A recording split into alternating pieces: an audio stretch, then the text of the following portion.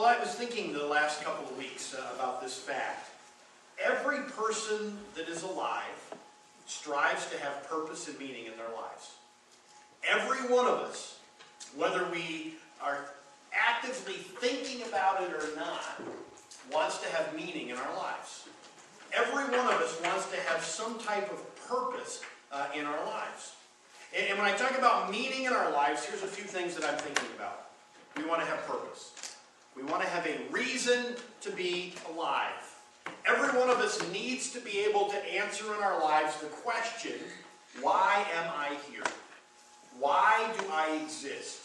Why do I have life? Why am I personally living in this world today? We also need to have a feeling of accomplishment. And we all want to answer the question in one way or other, what is my life accomplishing? You know, we all want to look at our lives and say, you know, I'm accomplishing something. And along with that accomplishment, my life has meaning. We all want to have goals in our lives. Now, we may not be able to sit down necessarily and list our goals, but we all want to have something in our life that we're striving for, something that we're reaching for. It's discouraging to go through life and not have something that we're reaching for, something that we're striving for. And so we want to have meaning in our lives. We want to have purpose. We want to have accomplishment. We want to have goals. We want to have something that we're striving for. And as we look at our lives, we want to have fulfillment in life. We want to be able to ask the question, am I satisfied in my life? And we want to be able to say, yes, my life is filled with satisfaction. We want to be able to answer the question, do I have a sense of completeness in my life? Again, am I accomplishing something? Am I successful? Does my life have meaning? A fellow whose name I can't pronounce, so I won't even try. I should have shown Ann ahead of time. Ann is my name pronouncer. But I will say that this was a philosopher. That much I can pronounce. And this fellow said this. He said, the tragedy of modern man is not that he knows less and less about the meaning of his own life, but that it bothers him less and less. Now, I don't know if I totally agree with that statement. I do agree with the fact that it seems that man today knows less and less about the meaning of his life. I would agree with that. I think that in many ways, as we look at our society, and maybe even as we look at ourselves, we realize that I seem to know less about the meaning and purpose of my life than ever, generally speaking. I'm not sure that I agree that it bothers people less and less. Because as I look around, what I see, and this is my opinion, and you may or may not agree with this, what I see is an increase in drugs, and the abuse of drugs, an increase in many ways in the suicide rate. I see failed relationships, depression, and all of those things. And in my opinion, the increase in those things is directly related to a decrease in the understanding of our purpose and meaning in life. You see, we all want purpose. We all want our lives to have meaning. And if they don't have meaning, or if we don't sense that, we're filled with depression, we're filled with struggles. And we reach out to mask our struggles with drugs and alcohol and other things. So I'm not sure that we care less and less. We may appear that way, but I think the evidence points to the fact that there is more and more of a struggle to know and to understand what the meaning of life is. Solomon, in writing the book of Ecclesiastes, is struggling with that same thing.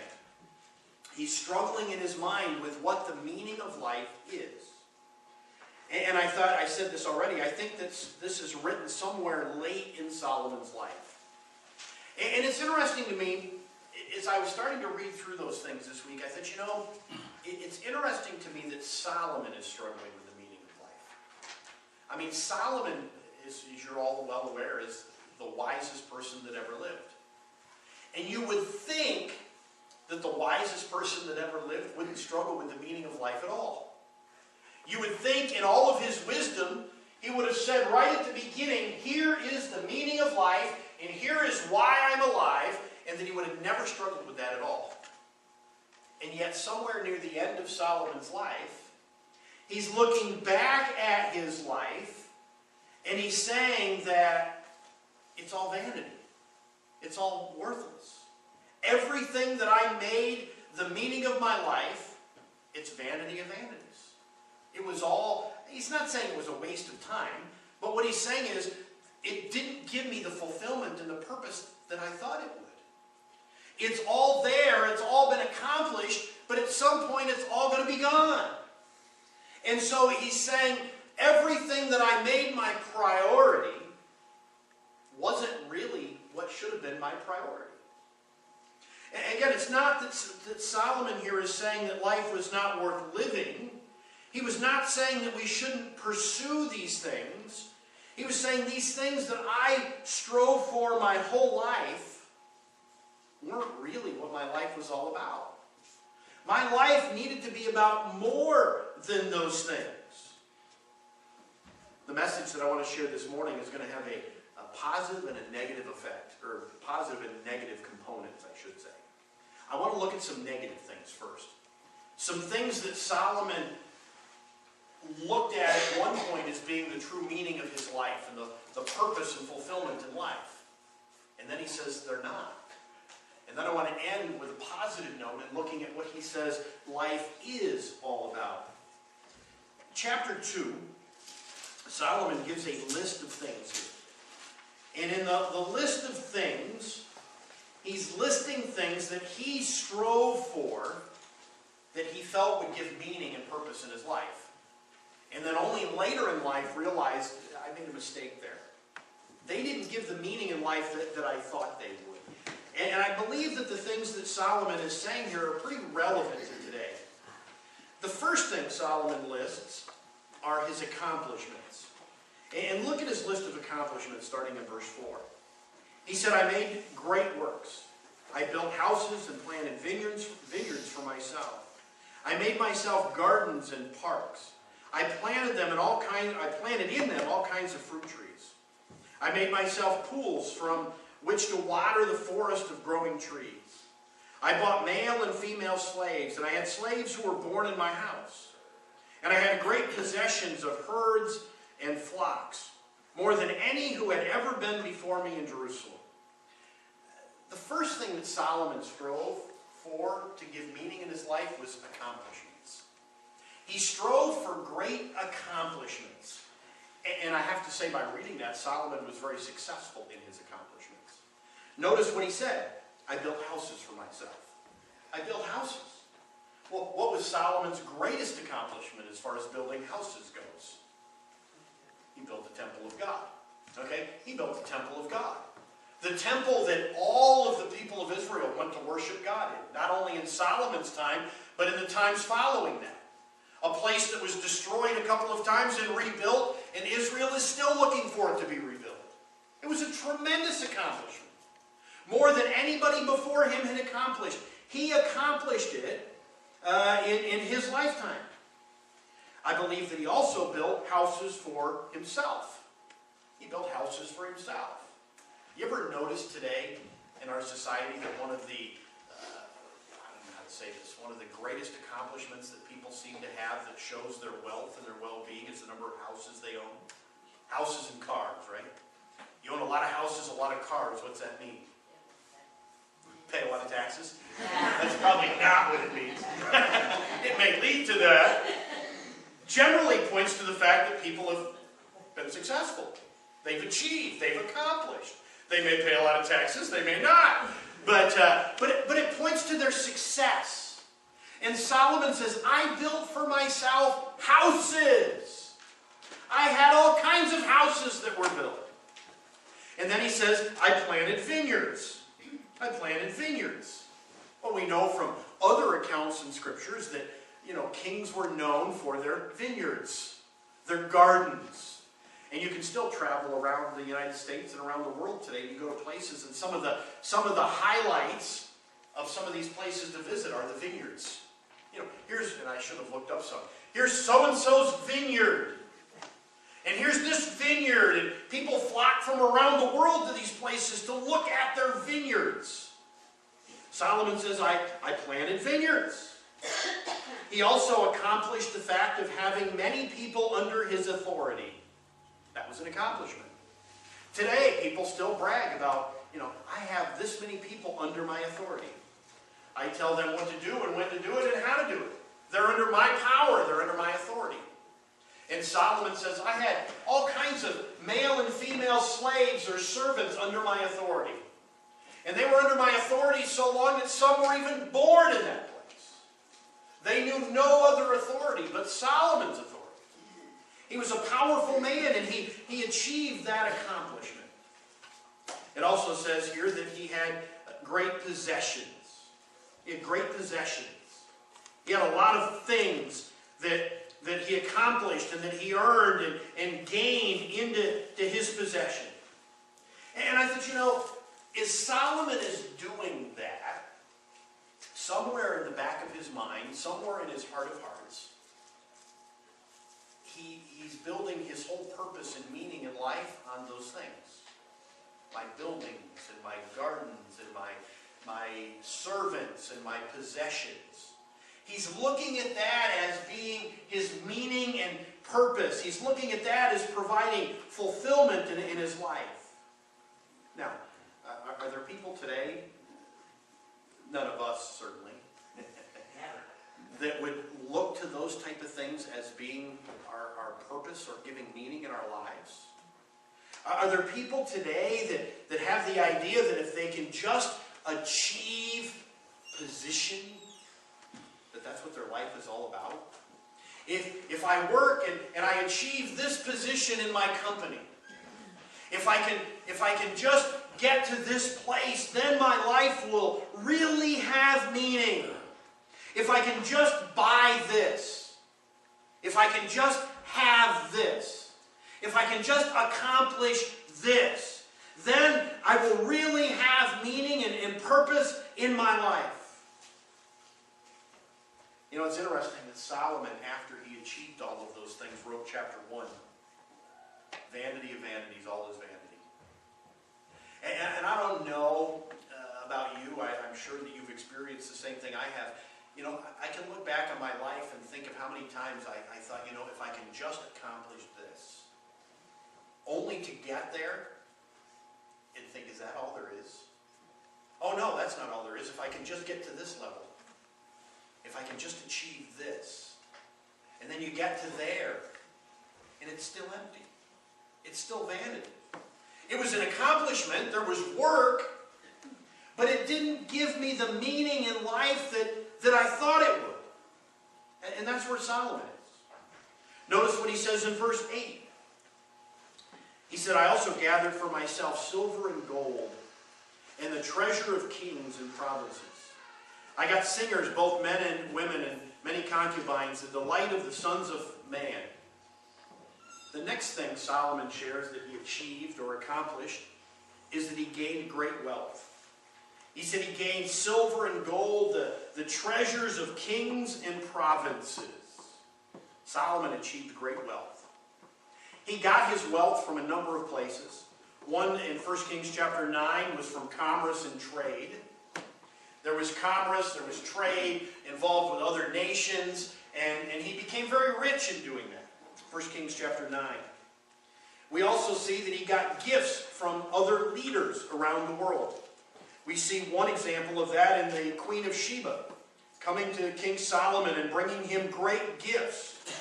It says in 2 Chronicles chapter 9, I believe it is, that she brought him over almost 5 tons of gold. Can you imagine that? 5 tons. What's gold selling for an ounce right now? Was $1,000, $1,100? I have no idea, but it was in that ballpark. Well, you take 16 ounces, which is a pound, and then how many pounds in a ton? 2,000. And you multiply that by 5 tons. That's math beyond me. That's a lot of money. There was tribute money that was paid to Solomon. 1 Kings chapter 4. In other words, other nations And this was a big deal in Solomon's day. You know, if they looked at Solomon as being a militarily strong nation, the nations around would pay him tribute money. In other words, I'm going to pay you this amount of money a year, and then because I'm paying you this amount of money, you don't attack me. It was protection money is what it was. And I don't know that Solomon asked for that money, but it was still paid to him. It was still given to him by the other nations.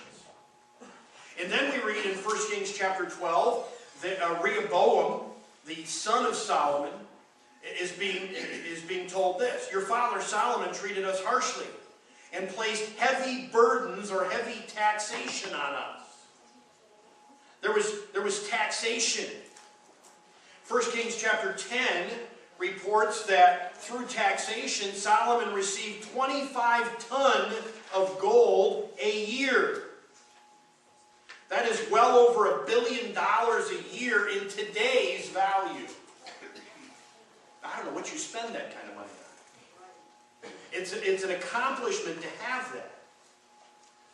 And Solomon says, I had all of that. I gained silver and gold and treasure that would make other kings drool.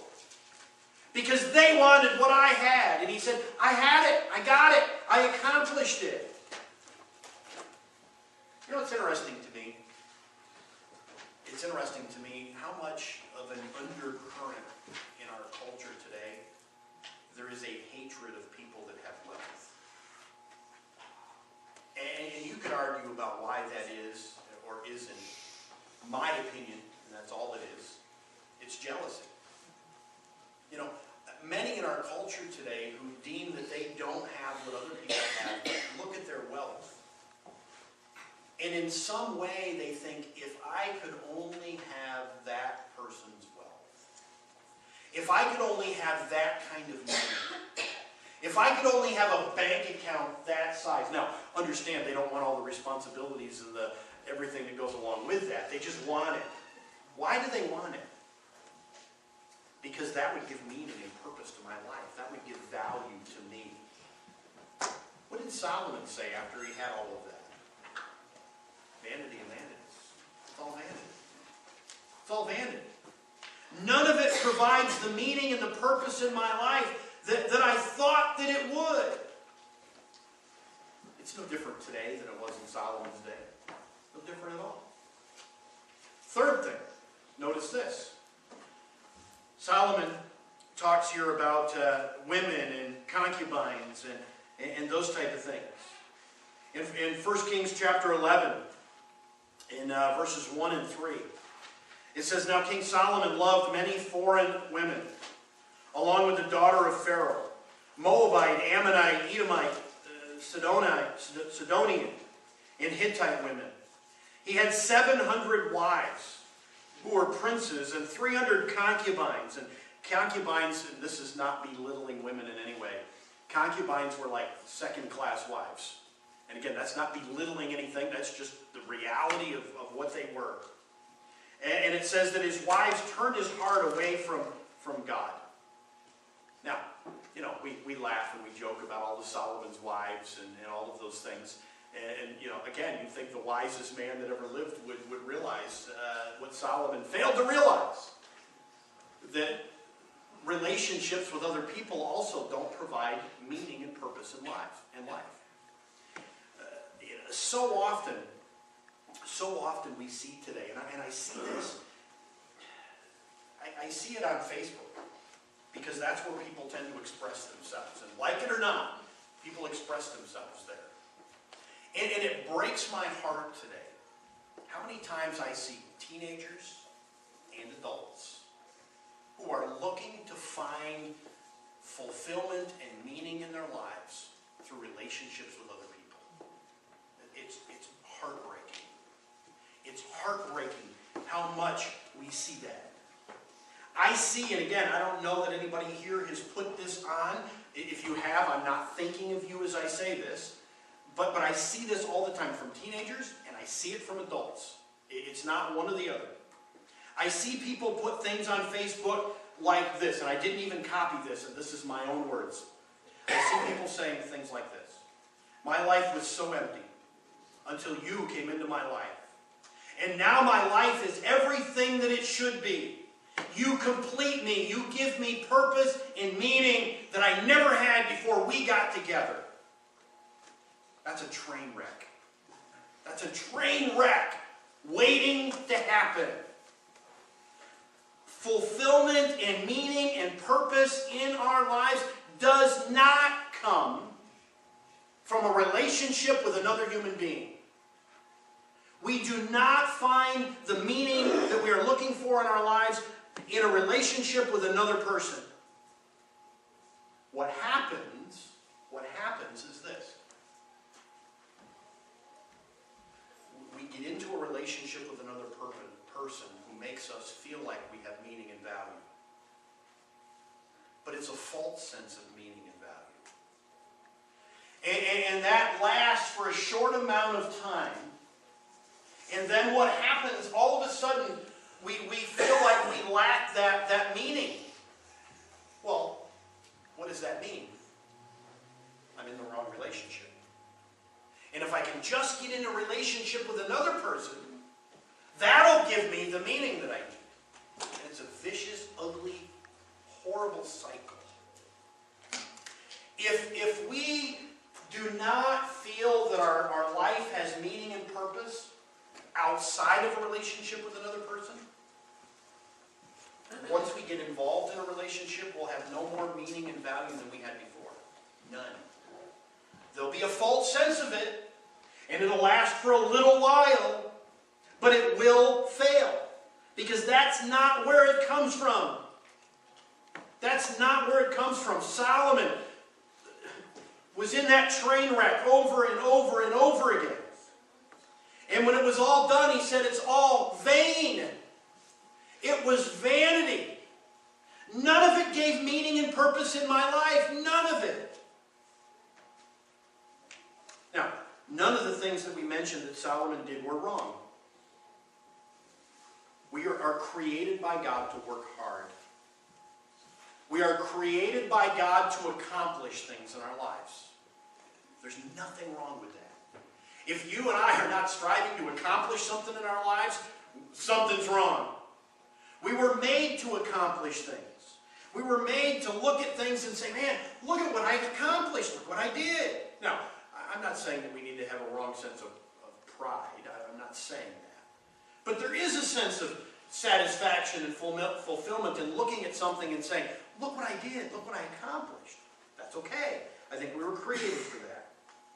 We also were created by God to have things, and riches and wealth, however you define that. There's nothing wrong with that. Nothing wrong with working hard and earning a paycheck. There's nothing wrong with taking some of that and setting it aside and building up our wealth. There's nothing wrong with any of those things. There's certainly nothing wrong with relationships with other people. God looked at Adam in the Garden of Eden and said he needs a relationship, and he created Eve to go along with Adam.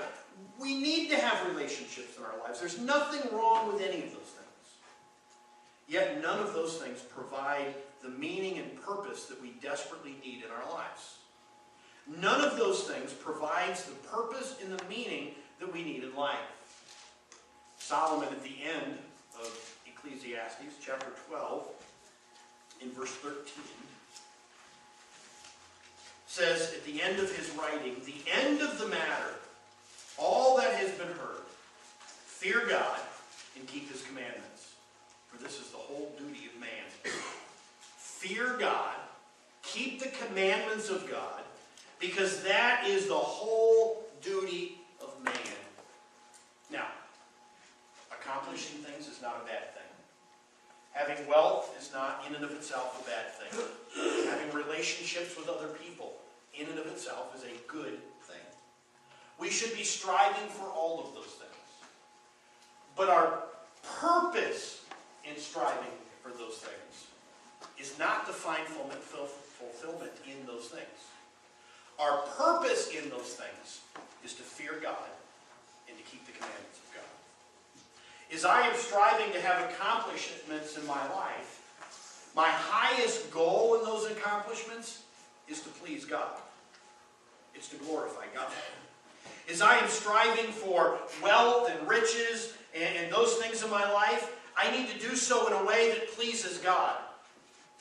As I am striving to grow relationships with other people, I need to strive to grow those relationships in a way that is pleasing and glorifying to God.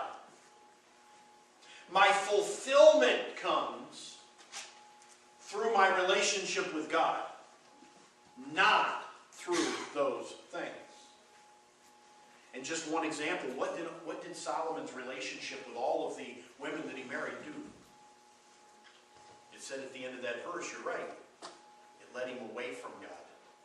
It led him away from where his meaning and value in life came from. It led him the wrong direction.